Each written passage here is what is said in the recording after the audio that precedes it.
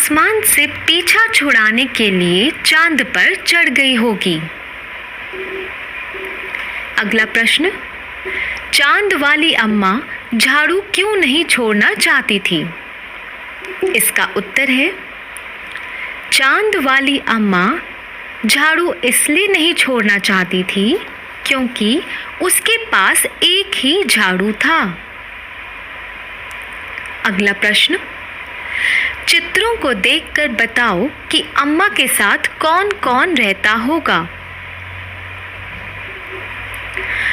बच्चों, कहानी में तो वैसे अम्मा को अकेला ही बताया गया है, पर अगर हम चित्रों के अनुसार इसका उत्तर लिखेंगे तो उत्तर है,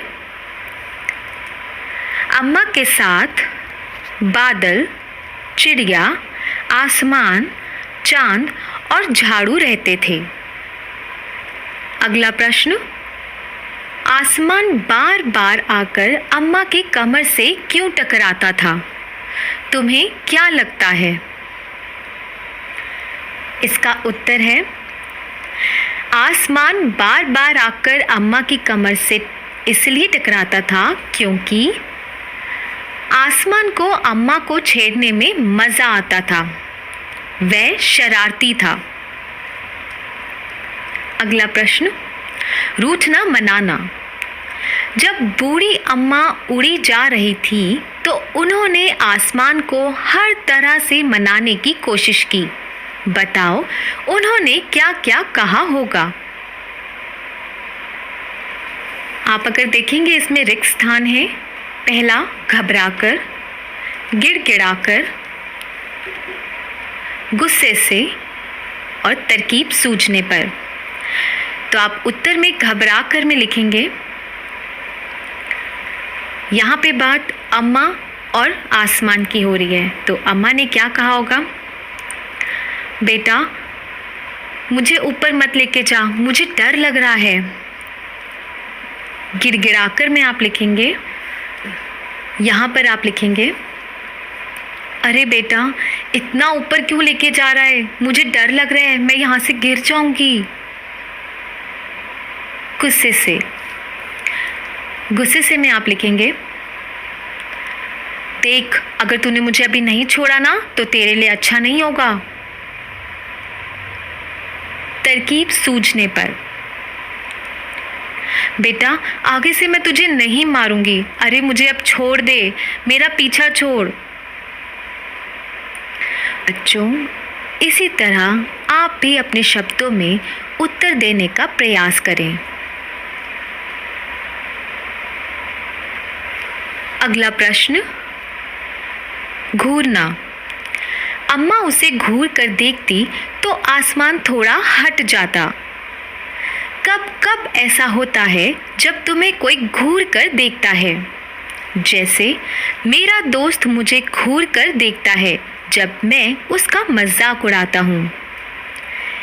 ऐसे ही मेरे पिता, मेरे शिक्षक, मेरी बहन, मेरा भाई। आप यहाँ लिख सकते हैं, जैसे मेरे पिता, मैं जब पढ़ाई नहीं करता तो मेरे पिता मुझे घूर कर देखते हैं। मेरे शिक्षक, जब मैं शरारत करता हूँ कक्षा में तब मेरे शिक्षक मुझे घूर कर देखते हैं। मेरी बहन या मेरा भाई, मेरी बहन, जब मैं उनके खिलौनों से खेलता हूँ तब वह मुझे घूरते हैं। इसी तरह आप भी अपने शब्दों में उत्तर लिख सकते हैं। अगला प्रश्न है, दम लगा के हाइशा। रस्सा कसी के खेल में दो टोलियों के बीच में खूब खींचातानी होती है। कुछ और खेलों के नाम लिखो जिनमें दो टोलियां खेलती हों। दो टोलियां यानी कि दो टीम। आपको कुछ खेलों के नाम लिखने हैं, जैसे हॉकी, क्रिकेट, फुटबॉल, बैडमिंटन। अगला प्रश्न लेते हैं, साफ सफाई। घर की सफाई करने के लिए किन किन चीज़ों का इस्तेमाल होता है? बहुत आसान है बच्चों। सबसे पहला झाड़ू, पानी, वाइपर, बाल्टी, पोछा या कपड़ा आप लिख सकते हैं।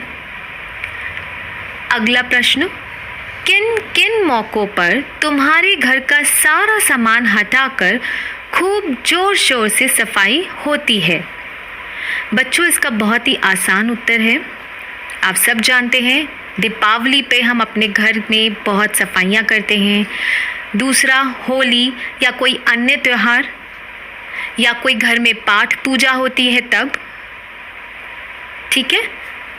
अगला प्रश्न, ये मौके खास क्यों हैं? इसका उत्तर है क्योंकि इन मौक़ों पर पूजा होती है और मेहमानों का आना जाना होता है। अगला प्रश्न, सफाई के काम से जुड़े हुए शब्द सोचो और लिखो, जैसे झाड़ना। बच्चों, ये घर में ही बहुत ऐसे शब्द हम इस्तेमाल करते हैं, आप बहुत आसानी से लिख सकते हैं, जैसे कि धोना, रगड़ना, चमकाना और झाड़ू लगाना। ठीक है। अगला प्रश्न, काम कौन करता है?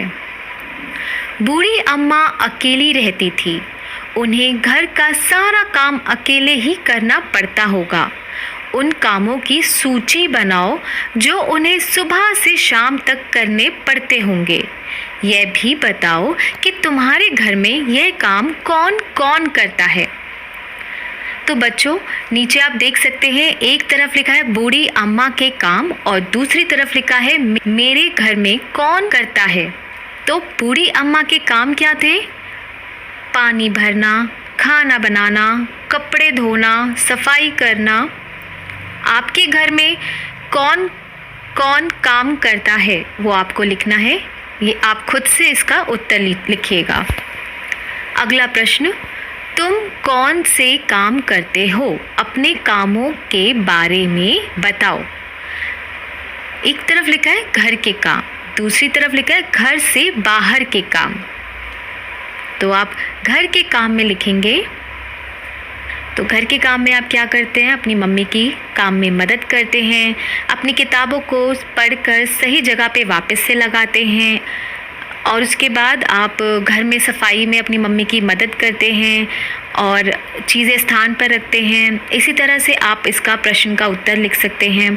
घर से बाहर के काम में आप लिख सकते हैं दूध लाना, सब्जी लाना, या बाहर आप पढ़ने जाते हैं तो पढ़ने जाना। इसी तरह से आप अन्य अपने उदाहरण लिख सकते हैं। अगला प्रश्न, तुम बूढ़ी अम्मा की मदद किन किन कामों में कर सकते हो? तो बच्चों, बहुत आसान है। अगर आप बूढ़ी अम्मा देखें तो आप मदद करेंगे, जैसे कि उन्हें खाना बनाने में मदद करेंगे, उनका पानी भरने में मदद करेंगे। ठीक है। इसी प्रकार से आप अपना उत्तर लिख सकते हैं। अगला प्रश्न है, कितने नाम कितने काम? इस कहानी में नाम वाले और काम वाले कई शब्द आए हैं, उन्हें छांट कर नीचे तालिका में लिखो। तो बच्चों, एक तरफ है नाम वाले शब्द और दूसरी तरफ है काम वाले शब्द। तो आइए लिखते हैं। पहले लिखते हैं नाम वाले शब्द। नाम वाले शब्द हैं, पहला है आसमान, झाड़ू, पानी, अम्मा और चांद। और काम वाले शब्द में आप लिख सकते हैं खाना बनाना, पानी लाना, झाड़ू लगाना और कपड़े धोना। अगला प्रश्न, तुम्हारी शरारत। अपनी किसी शरारत के बारे में लिखो। शुरू ऐसे करना है, अरे आसमान की शरारत तो कुछ भी नहीं, मैंने तो एक बार। तो बच्चों, यहाँ पर आपको अपने मन से कोई भी ऐसी शरारत लिखनी है जो आपने ऐसी की हो और वो आपको अपने शब्दों में यहाँ पे लिखनी है। तो बच्चों, यहीं पे हमारा प्रश्न और उत्तर का अभ्यास ख़त्म होता है। आशा करती हूँ आप लोग को ये सारे प्रश्न बुक में करना है, आंसर करना है और करके स्कूल व्हाट्सएप पे शेयर करना है। इसमें और प्रैक्टिस बुक में है तो वो अभी हम करवा देंगे।